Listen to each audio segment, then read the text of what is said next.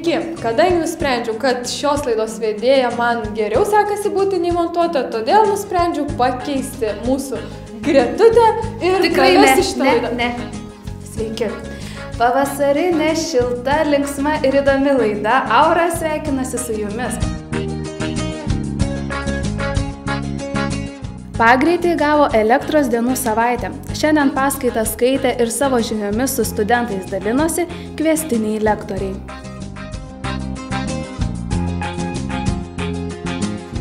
Akcinės bendrovės Klaipėdos nafta generalinis direktorius Rokas Masiulis, skaitydamas paskaitą apie suskystintų gamtinių dujų terminalą Lietuvoje, studentus supažindino su šiuo didelį potencialą turinčiu projektu.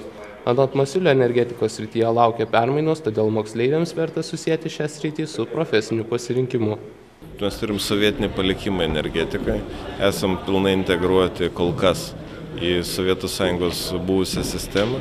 Ir jeigu Lietuvoje galima numatyti didžiausias permainas, tai aš spėčiau, kad energetikos srityje didžiausias permainos bus. Dėl to jauni žmonės, kurie studijuoja energetiką dabar, gali tikėtis labai įdomus darbas. Energetikos specialisto teigimu Lietuvoje turėtų vystytis naujosios technologijos.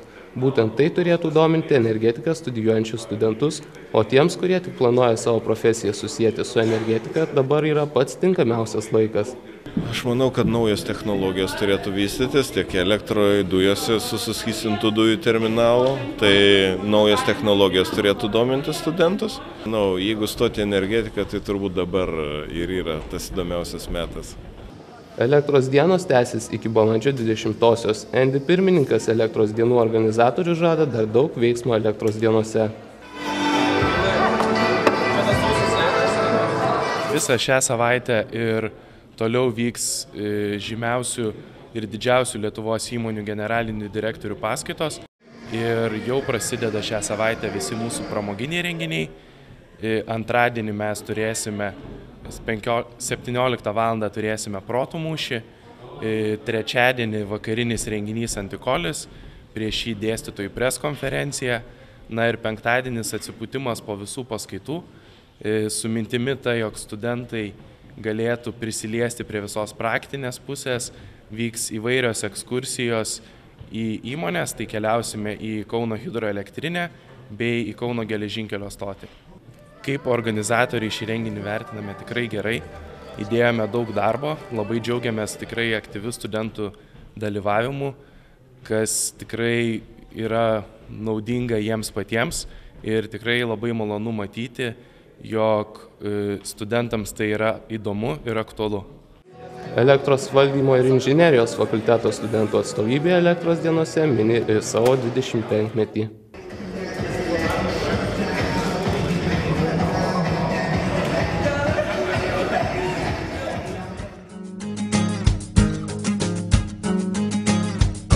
Pats informatiškiausias festivalis savaitgalį Kauno technologijos universiteto patalpose kvietė siautėti kompiuterinių žaidimų žaidėjus.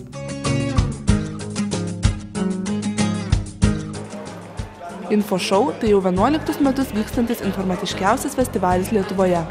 Kauno technologijos universiteto informatikos fakulteto studentų atstovybės InfoSA organizuojamas LAN party tai kompiuterinių žaidimų mėgėjų bei profesionalų varžytuvės virtualioje erdvėje. Turim 5 konferencijas, bandom derinti laisvalaikį ir su mokslinė veikla, dėl to darom konferencijas. Toliau turim fotografijos konkursą, tai yra grifų medžioklė, turim anime festivalį, tai Anime Nights, kuris 2 naktis truks ir turbūt studentų mėgiamiausia renginį, tai yra barų vakaras. 2 paras trukusiame renginyje rungėsi Counter-Strike, Trackmania, Need for Speed Underground 2, League of Legends, StarCraft 2, Tekken, Age of Empires 2 ir kitų kompiuterinių žaidimų mėgėjai. Dalyviai jėgas išbandė ne tik kompiuteriais, bet ir žaidimų konsolėmis. Tai kaip sugalvojai dalyvauti? Paprastai tiesiog, pripratęs turbūt. Visą laiką dalyvaudavom ir dalyvaujam. Kelinti metai? Visuose, kurie buvo. Nežinau, kokie 5 gal. Aš nusprendžiau dalyvauti LAN partyje dėl to, kad tai yra labai įdomus renginys ir aš jame norėjau dalyvauti jau praeitais metais. Ir kadangi mano buvusi klasiokė čia dalyvavo ir labai atsiliepė teigiamai, aš nusprendžiau irgi pamatyti pasižiūrėti. Šitas LAN partis, kadangi yra vienas didžiausių Lietuvoje, tai realiai aš jau pats, kai dalyvauju 3 metus, tai vos ne visus metus laukiu. Ką planuoji žaisti? League of Legends. Country. Foundry, aišku, vis laik. League of Legends. Šiais metais renginys sulaukė rekordinio skaičiaus dalyvių. Populiarumas tai labai sparčiai didėja, nes praeitais metais buvo 19 komandų, šiais metais 60 registravosi net netilpo. Šiandien šiuo metu dabar turim apie 150 žmonių, rytoj laukiam virš 400 pagal registracijų kiekį.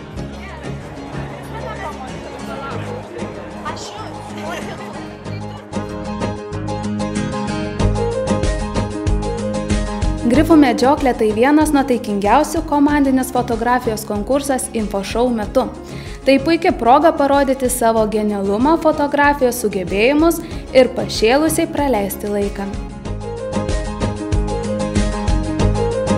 Miestelėje pradėta grifų medžioklė.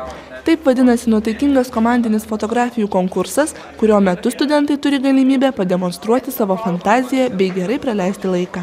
Šiandien vyksta grifų medžioklė, tai fotokonkursas, kurio metu reikia nufotkinti iš sąrašo kuo daugiau daiktų ir dalį jų reikia pateikti kuo įdomiau. Kodėl studentai turėtų dalyvauti šiame renginyje? Tai yra labai linksma, labai kūrybinga, galima parodyti tiesiog, ką tu sugebi ir kaip tu įsivaizduoji daiktus, kuriuos galbūt kiti mato taip.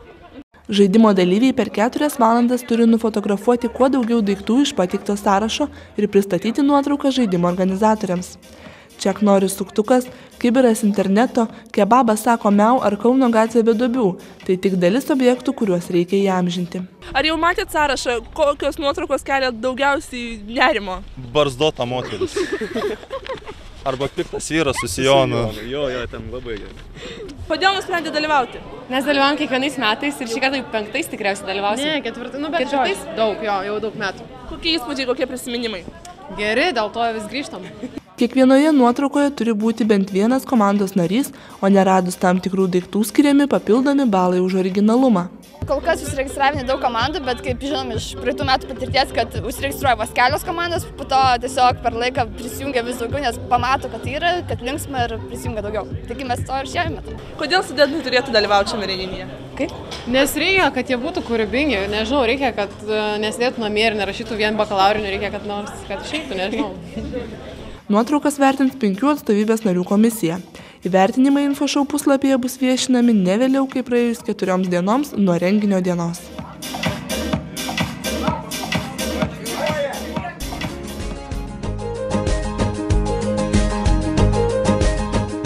Kauno technologijos universiteto studentų laisvalaiko centre studentai turėjo galimybę daugiau sužinoti apie organizaciją STEAM.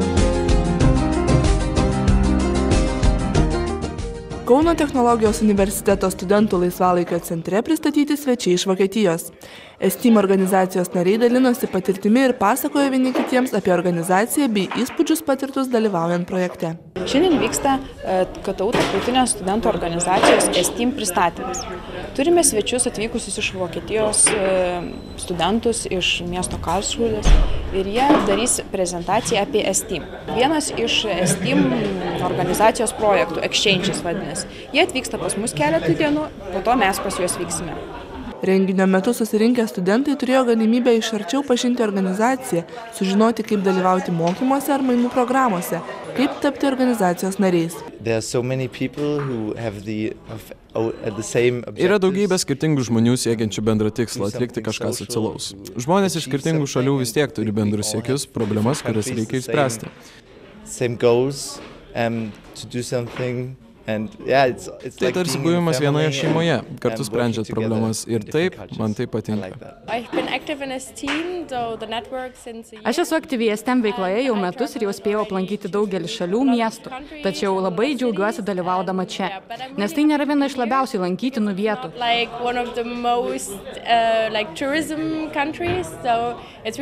Taigi labai džiugu, kad STEM suteikia tokias galimybės.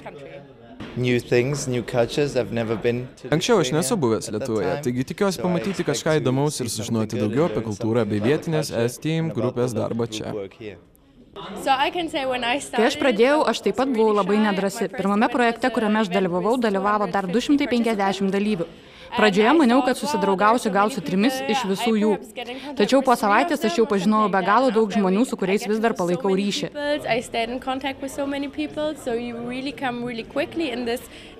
Taigi prisitaikyti tokioje aplinkoje labai lengva. Kiekvienas yra labai atviras, plačių pažiūrų ir draugiškas, nes kiekvienas pamena, kaip buvo pradžioje ir dabar nori pasidalinti savo patirtimi. Esteem nariai lanko įvairius susitikimus, o vėliau yra užregistruojami daugiau nei 50 000 studentų vienijančioje sistemoje, kur gali sužinoti apie galimybės dalyvauti mainų programuose. Esteem organizacija, jos akronimas šifruojasi taip. Yra European Students of Industrial Engineering and Management. Reiškia organizacija vieninti studentus studijuojančius pramonės inžinerijos ir vadybos mokslus. Taigi, studentas turi būti inžinierius arba mokytis ekonomikos ir vadybos fakultete. Kai jis atitinka šios kriterijus, jis gali prisijungti prie mūsų organizacijos. Tiesiog bandykit, nes juk nieko neprarasit. Kaip studentai, jūs gaunate galimybę pabandyti, o net jei jums nepavyks, nieko blogiau juk nebus. Tiesiog pabandykite, kad žinotumėt, kiek toli galite nueiti. Kiekvieną trečiadienį KTU studentų atstovybėje 16 val. Laukiami visi norintys prisijungti prie organizacijos.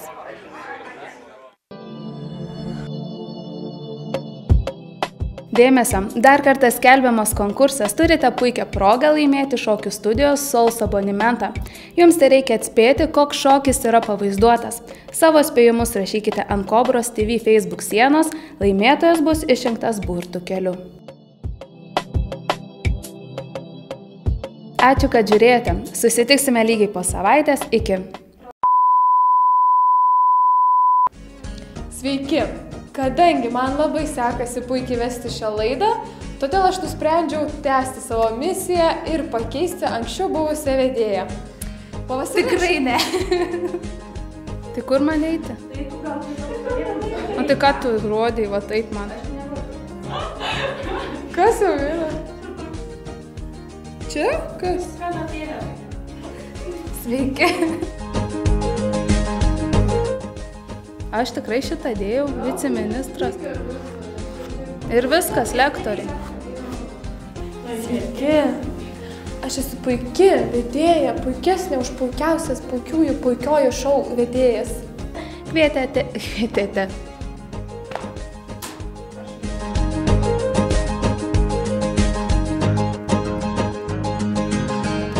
Kompiuteriu.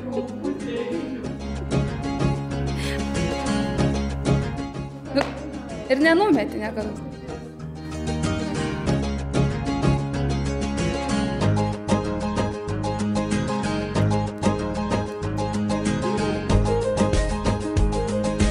Tai jau vėl iš naujo. O tai ką reikia man pasakyti? Tai kad tu jokie.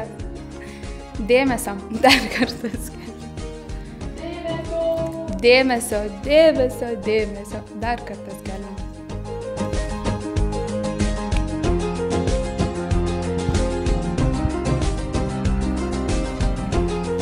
Gerai buvo? Į feilus toks. Ačiū, kad žiūrėjote. Išskrendu. Filmuoja jūs tai.